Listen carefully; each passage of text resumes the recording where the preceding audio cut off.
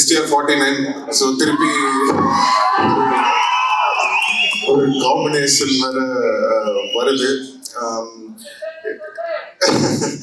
So என்னன்னா, எதுக்கு இந்த STR 49ல சந்தானம் அப்படின்றது வந்து நான் சொல்லணும்னு ஆசைப்படுறேன். அதுக்கு மெயின் காரணம் என்னன்னா, இன்னைக்கு வந்து சினிமா வந்து காமெடி வந்து ரொம்ப கம்மியா இருக்கு. ரொம்ப சீரியஸான படங்கள் எடுக்க ஆரம்பிச்சிட்டோம். இப்போ பெரிய படங்கள், இப்போ ஒரு ஹீரோ படம்லாம் நீங்க பாத்தீங்கன்னா உங்களுக்கு வந்து ஒரு நல்ல ஆக்ஷன் அட்ரினல் ரஷ்ஷோட படம் வேணும்னு எதிர்பார்க்குறீங்க. ஸோ நாங்க பண்ற படங்கள்ல எல்லாம் முக்கால்வாசி பாத்தீங்கன்னா ஆக்ஷனு, அந்த ஒரு ஒரு என்ன சொல்றது, ஒரு அக்ரெசிவான படங்களா இருக்கு. ஸோ தமிழ் சினிமால ரொம்ப ஒரு ஜாலியா சாஃப்டா ஃபீல் குட்டான படங்களும் நிறைய வரணும். இப்போ ரீசெண்டா வந்து நம்ம எடிட்டர் நினைக்கிறேன், நீங்க ஒர்க் பண்ணியிருந்தேன், அவர் வந்து இப்போ இந்த டூரிஸ்ட் ஃபேமிலின்னு ஒரு படம் பார்த்தேன். ரொம்ப அருமையா இருந்தது படம். அந்த டீமுக்கும் என்னோட வாழ்த்துக்கள் தெரிவிச்சுக்கிறேன்.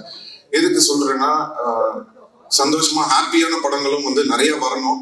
அது வந்து சந்தானம் மாதிரி ஒரு ஆளை வந்து நம்ம ரொம்ப நாளா மிஸ் பண்றோம். ஸோ அவர் வந்து படத்துல ஹீரோவா நடிக்கிறது மட்டும் இல்லாம இந்த மாதிரி ஆர்யாவோட இருக்கட்டும், இல்ல நானா இருக்கட்டும், அவருக்கு பிடிச்ச டைரக்டர்ஸா இருக்கட்டும், அந்த மாதிரி ஏதாவது முக்கியமான படங்கள் அவர் வந்து சூஸ் பண்ணி நிறைய படம் வந்து தமிழ் ரசிகர்களுக்காக சந்தானம் நடிக்கணும்னு நான் இந்த மேடையில அவரை கேட்டுக்கிறேன்.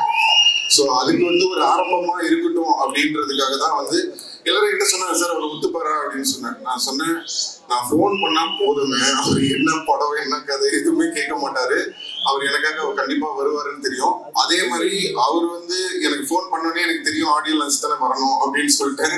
ஸோ அது வந்து எங்க ரெண்டு பேருக்குள்ள அந்த மாதிரி ஒரு நட்பு இருக்கு.